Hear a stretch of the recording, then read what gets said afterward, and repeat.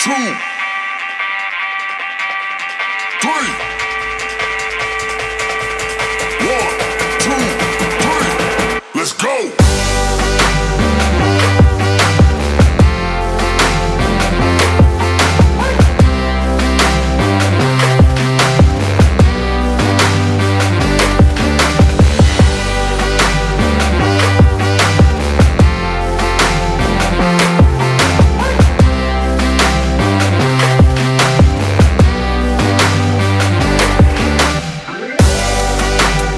Everybody, thank you very much for sticking with us for a difficult time.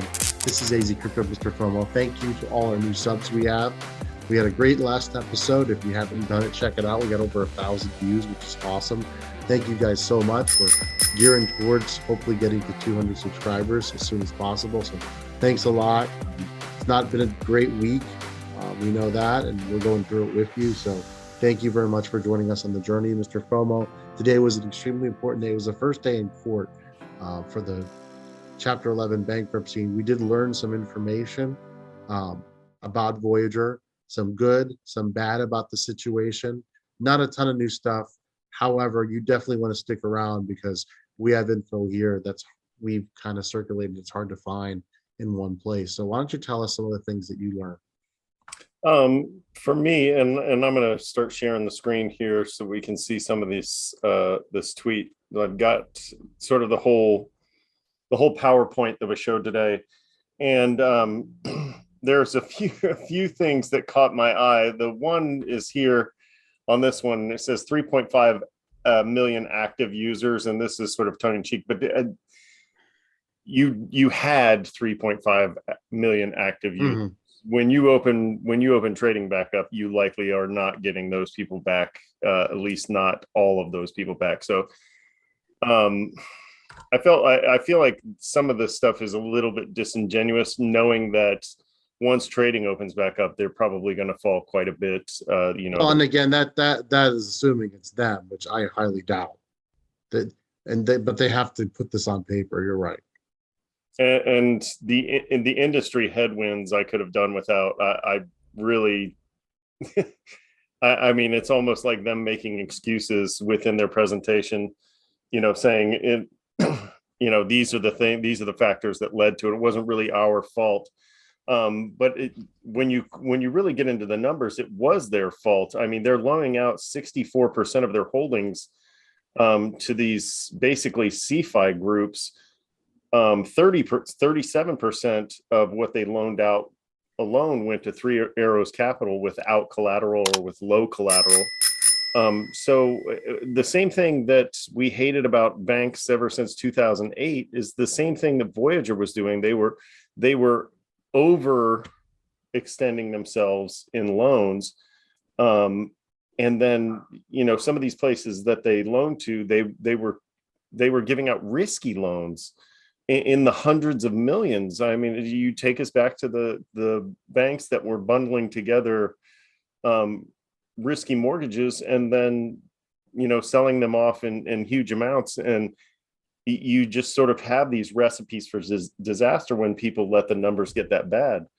So for me, that was one of the biggest problems that I saw there is they really were acting like a centralized finance group. They weren't acting like a DeFi group or somebody that should, or the way that you would think people in crypto are. Because now if you look around DeFi isn't really experiencing the fallout of this Three Arrows Capital, this Luna, all this stuff, right? Because you're looking around and you're seeing that DeFi companies are offering highly collateralized loans as compared to these low or no collateral loans that you see Voyager participating in. And so for me, that kind of stuff, when they start acting like, regular banks like CFI banks, that's when you lose us. And that's how they're going to end up losing us is that decision right there, is to go ahead and act like a bank rather than somebody in decentralized finance. Now let's talk about how they're going to get out of this and how we're going to get out of our money. So if you want to click on, I don't know if you can click on the current number 19. I think this is really important for people to see. There were 60 parties contacted, 20 executed NDA. non-disclosure agreement, if you don't know what that is. They had to do the Chapter 11 to facilitate any type of possible deal. Um, and there's one proposal for now. Well, there's one proposal for an out of court transaction, Mhm. which to me seems like they're saying that that's an as is buyer, right? And so to me, that could be one of two people, at least from the crypto universe, right? So I don't want to start rumors that are unsubstantiated, but I've heard several times on some spaces for the people that are kind of in this that it is a fairly, I don't know the name, but it's a fairly big name from more of a traditional finance sense that might be interested. But again, it doesn't mean they're going to pull the trigger. It just means they're interested after this process has played out. They So to me, down to the 60, down to the 20. So, and it was not FTX, by the way. okay, so it wasn't FTX. No, it was not. I saw a rumor on Twitter that it was Justin Sun and Tron. So maybe it was somebody like that. I don't know. I don't. Two players that I can think of from the crypto universe. And let's make sure we don't. We're right, trying to be as honest as possible. Unsubstantiated tweets are nothing that I want people to run to. But I don't think it's him. I think it's an actual name that people would recognize if they heard it. But again, it doesn't mean it's going to go through. It just means for now that they're interested. I do think FTX is interested. They had a high stake in the company. They're not happy that things have gone bad. So we broke the news yesterday of that tweet that FTX was going to pay back the money. So it seems like the relationship is not completely gone. But as of right now, remember, the judge has to okay all of this.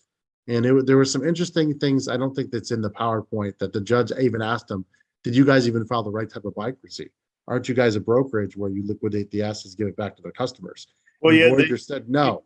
He was asking whether they realized that they met the criteria for liquidation and customer protection. And I think that what you saw them say was basically, no, we can make it. We can make this thing work in one form or fashion if we just restructure the company and you allow it. But let's be honest with our viewers. They did say that those assets currently belong to them, not to us. It doesn't mean that they don't plan to give us back as much as they can. And then, like I said, hopefully we get whoever buys this, they have to give the customers back as close to 100% as possible. Otherwise, there's no trust. No one's going to want to use the platform. Now, I've been saying this, and I could be wrong. I think there's going to be a new owner. It still might be called Voyager, or it might be called Voyager with something else. The name might be tweaked, and the app is going to look very similar because the technology is where it's at. But the leadership team is going to be different. It's not going to be the same. The VLP, VGX, it's going to be changed and tweaked because whoever comes in is going to want to put our own stamp. They're not just going to copy what Voyager did, because as many great things as we talked about that's happened, a lot of stuff never happened, and there were a lot of mistakes. So they're going to come in and differentiate themselves and say, hey, we're going to keep all the great stuff that was going on, that was planned, but here's what we're going to do differently. And I really believe that is the best thing for us as the customer. So we can have the option, and I know most people will be leaving, but at the very least, you want to go in, and a couple of people have said this today, and see what you originally had is there. Now, if it's just cash and the crypto is gone, not ideal, but you can buy that back that day. You can go in. So let's say you had a Bitcoin and they gave you the cash equivalent of that day. It's not ideal by any means, but take it somewhere else, get your Bitcoin, and you probably are not going to stay. But if people show up and their assets are there, that is a gigantic step forward. Now you have to convince them that things will be better. And again, I don't think it's going to be new ownership. Will some people still be around? Yeah, they're not going to fire every single person, whoever takes over, but they're going to bring in their own people. So there was some good and bad. Like I said, the 67 to 72% reimbursement is supposed to be worst case scenario if they continue. But again, I don't see a continuation. because they don't have the funds without a buyer. I don't see anyone coming in and saying, here's 350 million. You guys keep running this. We're just going to give you a loan. No, someone's going to want controlling interest. Yeah, and you bring up a couple of interesting things there that I wanted to touch on before we leave. The first thing is Three Arrows Capital isn't completely down to nothing. There are assets there. They're going to have to go through the liquidation process. $43 million home, one of them. But that well, hopefully that's included. You've got assets that are there that will go through the liquidation process. But they're not going to recover over $600 million. Yeah, I doubt they're even going to get 50% of what they loaned them, but at least something will be recovered. So that will be added to that pot. But that takes a long time. Right. You're talking about a Chapter 15. It takes months and months and months. They're trying to get the platform back. Whoever it is running this, you can't have this drag on for years. In crypto, that's a generation. But to a bank, corporate debt like that, or knowing that you will have that money coming in, is not exactly a liability anymore, right? Knowing that company's going through the process, knowing eventually you'll be able to get your hands on that capital. When you're looking at buying a company, that I don't know how much of a liability. I think what your liability is what you can't recover. But when you're looking at that, you see that, yes, this company does have assets. They can be liquidated, and we're going to get, some of what we lost back. I think that a buyer is going to be interested in that. And I think you brought up a great point about a big buyer. One, I think it's going to take a big buyer, a well-known either company or name or somebody like that, to come in and make this, to give it credibility again. Like you said, no, the founder of Tron is not going to instill any confidence in anyone. He's a very good marketer, right? He's sort of like a PT Barnum. Yeah, but that's not the guy to fix this. Voyager was also always going to be the platform that eventually a lot of people speculated a traditional finance company would say, hey, they're in it, they're doing it the right way. They've got people that have been in industries before. Let's say a TradFi company, let's throw out wild names like Bank of America or Chase or JP Morgan or somebody like that takes it. Not offering those former Voyager customers, or those people that you're absorbing that are Voyager customers, not offering those assets back is a black eye to your current bank. That's not what you want in an acquisition, right? And so to me, if they are acquired by a bigger company or a bigger name, somebody with a lot of money, it is in their best interests to offer value to the customers. And so if I can offer some hopium, some silver lining to this dark cloud to the people that are watching this, then I think that's it. That Three Arrows does have assets that can be liquidated. Voyager will probably move forward under, like you said, probably a bigger buyer, and it will be in their best interest. They'll be incentivized to give value back to the customer. So it may take a while, but I think you're going to get some of your value back. Like you said, will it be in Bitcoin? Will it be in cash money? Whatever it is. Well, it really depends on the buyer. If it's FTX, then they have the ability to get the Bitcoin for you. So it's really depending on who the buyer is. And again, that's a great point. Yeah. Getting it back in cash is not ideal, but the beauty of crypto is you can buy back within 30 seconds. Right. And if you're most of us, they're selling our stuff at a loss. That's a great tax harvest, honestly. Like VGX right now, unless someone big takes it over and has great plans, it's not looking good, guys. I'm going to be honest. It's just not, because there has to be utility. There has to be a future, and it could work out amazing if someone comes in and says, we're going to make VGX the star of this platform. Nothing's going to run without VGX. Then guess what? Your VGX is going to be worth something. But if someone doesn't really see the vision, then it's worthless. So could you imagine if somebody from TradFi brought this in, and then eventually VGX became something of a bonus across their entire platform? That would be insane. Now, that's a complete spitball idea that I just pulled, out from under my chair.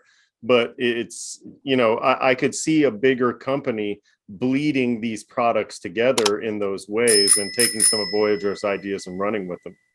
Yeah, and one thing, if you had cash USD, they keep saying that once they go through the fraud investigation, making sure that it's all there, they will give that back. But we don't have a timeline. People And speculated within a week. I don't think it's going to be that quick, but for the next couple weeks, I do think we're going to have a resolution. That doesn't mean the app's turning back on. Within the next month, I think there will be a resolution. For the next 3 to 4 weeks, we're going to know. We'll have it here first, or at least the day that it happens, it'll be here. So make sure you guys are subscribed. If you haven't done so, what are you waiting for? Please hit that subscribe button. Please hit like. Help us out. We're trying to get to 200 as quickly as we can. But here's the deal. Once everything is accepted, the judge still has to okay it. So we're probably still looking, honestly, let's be realistic here, 2 to 3 months. In best case, the market has a semi-recovery in this bear, and then you have the option of maybe selling out. Even if you're in the negative, you might be better off in August, September than you are now, maybe October, how long this takes. But I've got to think by November, at the latest Thanksgiving, this app is turned on. Who knows who's running it? But I can't imagine this is going to, because in crypto, every month that goes by, every week, even every day at some point is today's the 1 week, unfortunately, anniversary of them cutting things off is a long time because people don't have their money, especially the USDC. yeah, So my hopefully, only concern is the court system is very slow moving. So well, they have the documents ready and they're trying to go as fast as they can. And we're going to let you guys know they're going to be back in court on Monday.